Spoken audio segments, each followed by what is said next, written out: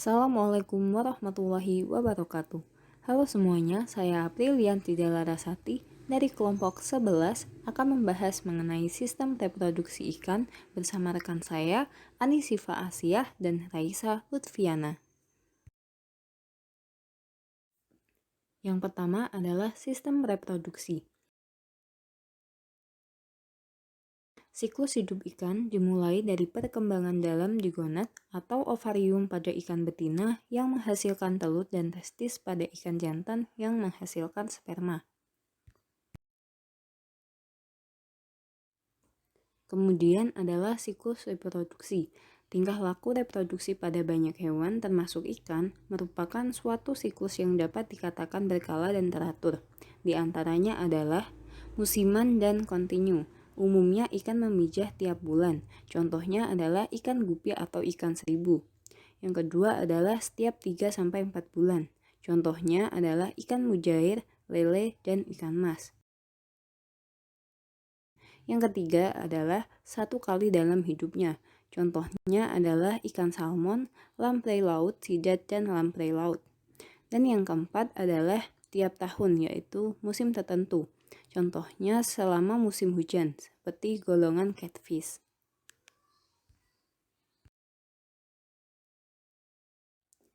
Selanjutnya adalah faktor internal dan eksternal reproduksi ikan. Faktor internalnya yaitu faktor genetik, cukup umur atau telah mencapai tingkat kedewasaan, kecukupan hormon gonadotropin, kemudian kelengkapan organ reproduksi dan sehat.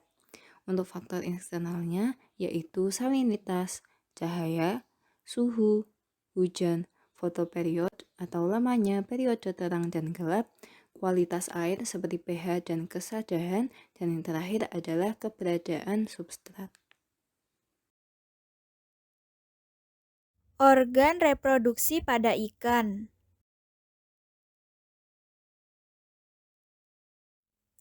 Organ reproduksi pada ikan dibagi menjadi dua, yakni organ reproduksi jantan dan betina. Organ reproduksi jantan dan betina memiliki struktur dan bentuk yang berbeda. Organ reproduksi bekerja sama untuk tujuan reproduksi seksual pada ikan. Organ reproduksi jantan. Yang pertama ada testis. Testis merupakan sepasang organ memanjang yang terletak pada dinding dorsal. Testis berfungsi menghasilkan spermatozoa. Testis dapat digolongkan menjadi dua tipe, yakni tipe lobular atau lobul-lobul dan tubular atau tabung. Tipe lobular. Testis tipe lobular umumnya ditemukan pada ikan teleostei, gabungan dari lobul-lobul yang terpisah satu sama lain dengan kulit luar dari kumpulan jaringan fibrous. Pengaturan dari lobul-lobul ini variasinya sangat baik. Selanjutnya, tipe tubular. Testis tipe tubular terbatas pada ikan gupi. Tubular berdiri sendiri antar bagian luar tunika provial dan terpusat di dalam rongga di mana sperma dilepaskan. Kedua, ada vas deferens atau pembuluh sperma. Vas deferens adalah pembuluh sperma yang terletak pada bagian permukaan medorsal yang bermuara di antara anus dan pembuluh urinari. Vas deferens berfungsi sebagai tempat penampungan spermatozoa sementara dan jalan yang menyalurkan spermatozoa dari testis ke saluran urogenital. 3. Lubang urogenital. Lubang urogenital adalah lubang tempat bermuaranya saluran kelamin dan saluran urin. Lubang urogenital lah jalur keluarnya spermatozoa. Selanjutnya adalah organ reproduksi betina. Yang pertama ada ovarium atau ovari. Ovari pada kebanyakan teleostei adalah berupa sepasang organ yang terletak di rongga tubuh. Pada sebagian spesies, pasangan ovari menyatu menjadi satu organ. Selama perkembangan ovari terdiri dari oogonia, oosit yang mengelilingi sel-sel folikel, disokong oleh sel-sel stroma, dan jaringan pembuluh darah juga jaringan syaraf. 3 tipe ovari menurut Welles dan Salman tahun 1980. 1. Ovari sinkron atau serempak. Ovari sinkron atau serempak artinya perkembangan dari ovari itu sinkron, berkembang bersamaan, dan sesudah itu mati. Untuk musim pemijahan sangat terbatas. 2. Ovari sinkron sebagian. Ovari sinkron sebagian adalah ovari yang memiliki lebih dari dua kelompok oosit pada beberapa tahap perkembangan. Pada umumnya, pemijahan satu kali dalam setahun dan musim relatif pendek. 3. Ansinkronous atau metakrom atau ovari tidak sinkron. Ovari tidak sinkron adalah ovari yang memiliki oosit pada seluruh tingkat perkembangan, memijah dalam waktu dan musim yang panjang. Yang kedua ada organ reproduksi oviduk. Oviduk secara umum pada ikan teleostei merupakan satu rongga dari ovari. Oviduk ikan sempit pada bagian anterior dan posteriornya. Oviduk sebagai jalur yang menyalurkan ovum atau sel telur dari ovarium menuju ke saluran urogenital untuk dikeluarkan. Ketiga ada lubang urogenital. Lubang urogenital adalah lubang tempat bermuaranya saluran kelamin dan saluran urin. Jalur keluarnya ovum atau sel telur yang siap dibuahi. Ini merupakan salah satu contoh gambar organ reproduksi jantan ikan dan organ reproduksi betina ikan. Sifat seksual pada ikan. Yang pertama, sifat seksual primer. Sifat seksual primer pada ikan ditandai dengan adanya organ yang secara langsung berhubungan dengan proses reproduksi, yaitu ovarium dan pembuluhnya pada ikan betina dan testis dengan pembuluhnya pada ikan jantan.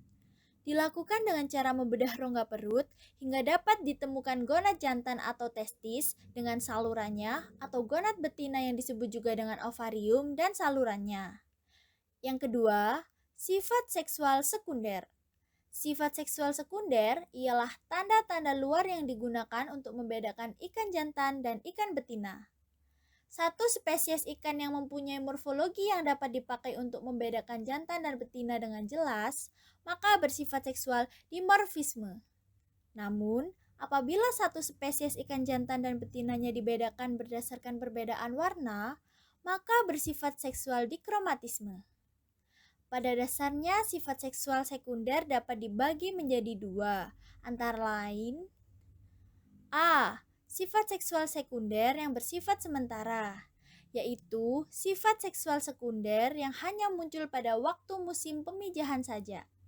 Misalnya ovipositor ikan Rhodeus amarus, yaitu alat yang dipakai untuk menyalurkan telur ke bivalvia.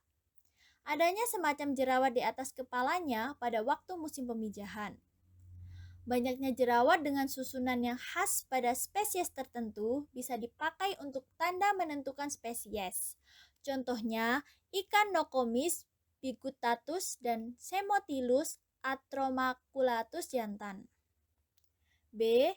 Sifat seksual sekunder yang bersifat permanen atau tetap, yaitu tanda ini tetap ada sebelum, selama, dan sesudah musim pemijahan.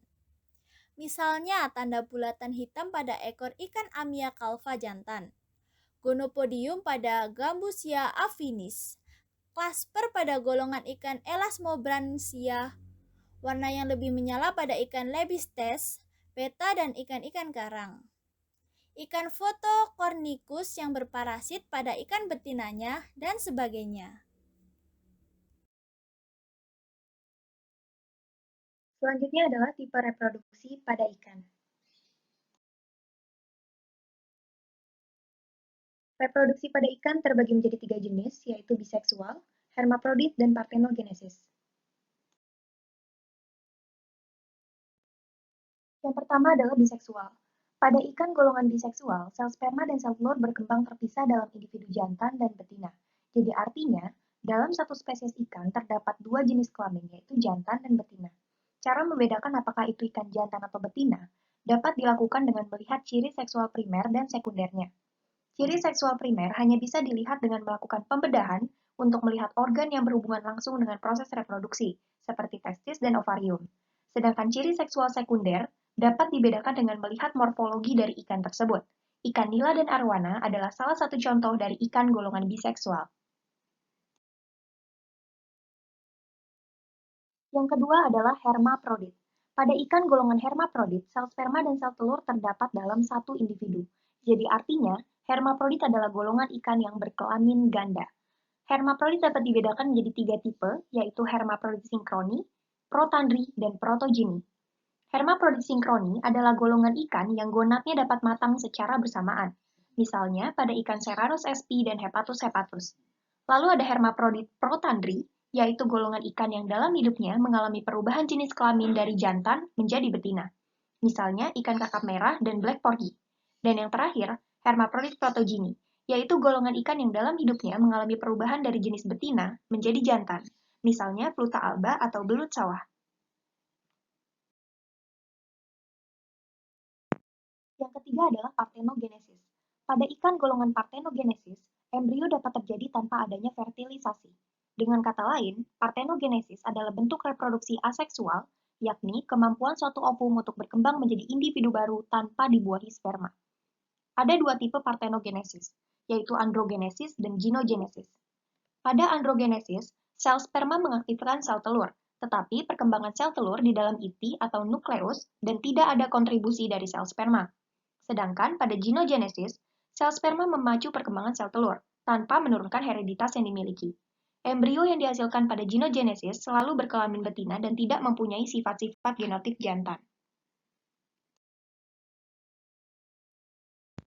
Selanjutnya adalah cara reproduksi pada ikan. Yang pertama adalah ovipar atau bertelur.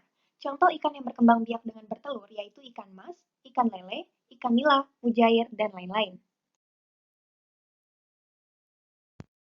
Yang kedua adalah vivipar atau melahirkan, misalnya pada lumba-lumba dan paus.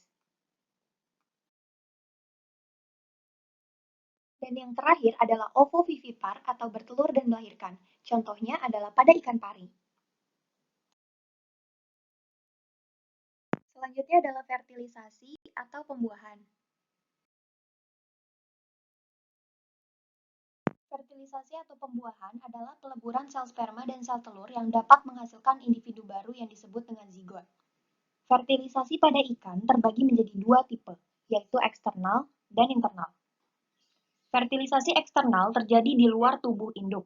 Ikan betina akan mengeluarkan sel telur dari dalam tubuhnya, kemudian sel telurnya akan berjatuhan, kemudian akan dibuahi oleh ikan jantan, lalu setelah beberapa waktu telur akan menetas dan membentuk individu baru.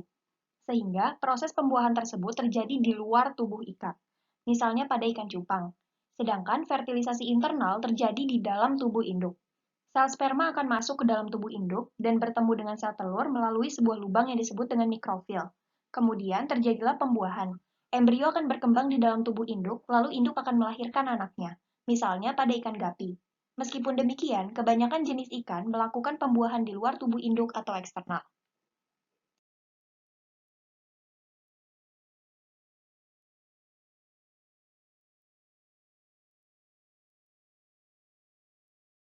Sekian penyampaian materi dari kelompok kami. Apabila ada pertanyaan, silakan ketik pada kolom komentar di bawah.